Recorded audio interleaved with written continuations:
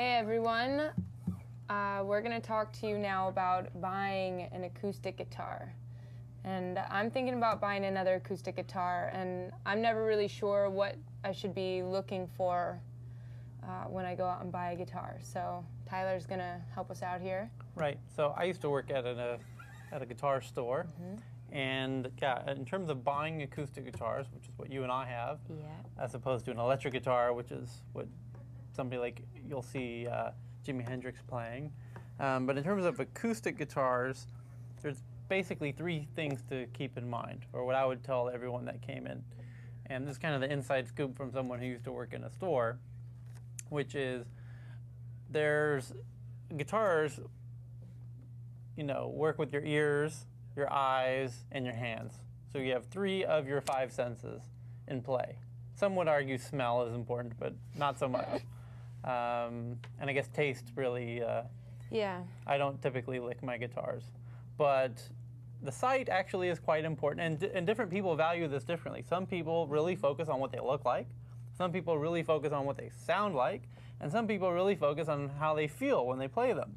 There's really no right or wrong balance of those 3 things, but I usually ask the customer, which is more important to you, the sight, the feel, or the sound?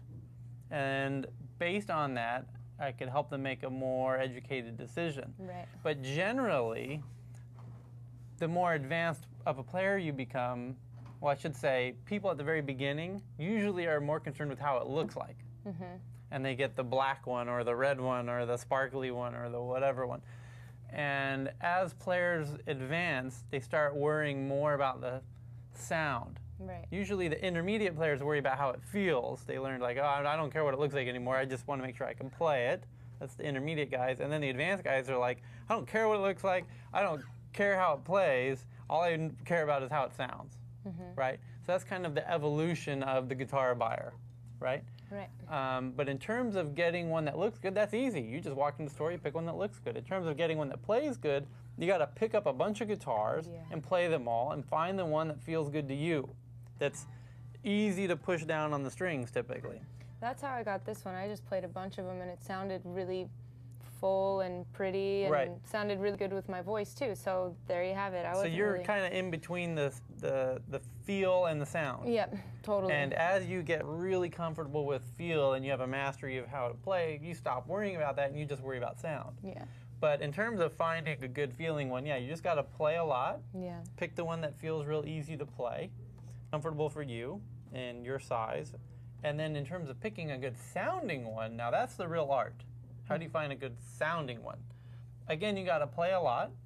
Again, it's rather personal. Yes. But there are some rules to sort of follow, and that is, in an acoustic guitar, there's really only 2 types. This is called the top, and it's either a solid top or it's not. It's a laminated top, meaning many pieces of wood sandwiched and glued together in a much cheaper to make guitars that way. Right, it's like plywood, basically. That's called laminated? A laminated top. A solid top is a solid piece of wood that resonates like a real instrument. Well, the other one does too, but over time, a solid top will sound better, and a laminated top will sound worse. It'll start to break down. As it ages, right?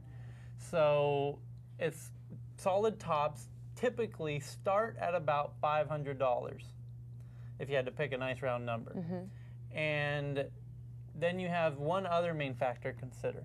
Is it a US made guitar or not? Okay. Because there are solid tops that aren't US made. You get a lot of guitars from Mexico too, huh? Yeah, a lot of guitars, even by brands that you think of as being American brands, like Gibson and Fender, actually make them in USA, and it's even crazier than that because they'll put made in Americas, meaning North America, meaning Mexico or Canada, whole other issue. So US-made guitars tend to hold their value better. Martins, Gibsons. So if you can, Taylors, I think it's a smart idea to get guitars. If you're trying to price it, you know, depending on what your price is, if you're in the $500 range, try and get the solid top and try and get US made. But the US mades now tend to start closer to 800. Right. And the solids start at about 500. If you're well below that, then you're gonna just get the best sounding, laminate top non-USA one you can get. But if you're in the 8, by all means, get the solid and get the US, and that'll hold its value, and it'll improve over time. It'll sound better as it ages. Those are pretty much the main factors you want to keep in mind when you go to get your next guitar. Good things to know.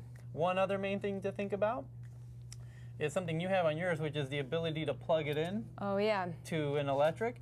Right. And that's something you're just going to have to know when you go shopping. Is that something you're going to need? Are you going to need to plug it into an amplifier and play in front of a big audience? And there's a pickup on the inside which can sometimes change the tone of the guitar. Right, but you don't necessarily need to have this because they make little pickups that you can put in the guitar that are actually not very expensive. You can put like right here. Right, and those are going to cost you, there's 2 different types.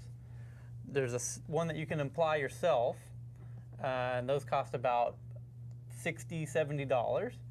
And then they have ones where you'll have to take it to a repair shop and have them install it permanently. Those are going to cost you a couple $100. Or you can get it built in. Right. But acoustics can sound nice when they're just mic'd by an outside mic too. That's the other thing too. What do you think about ovations? Because that's like a totally separate deal. You're exactly right. There's a whole other type of acoustic guitar manufacturing back in the 70s and 80s that had a plastic backing. And that was actually a really big fad like in the 80s. Was this new very rounded plastic back. That fad pretty much died out. Plastic doesn't tend to get better with age in terms of sound, like solid wood does. Right. And that again kind of illustrates the point of why you want solid wood if you're in the market at that price range. Yeah. Cool. Yeah. So that's pretty much the inside scoop on buying acoustic guitars. There you go. If you want to learn how to buy a guitar, tune a guitar, string a guitar, or clean a guitar, click on any of these videos.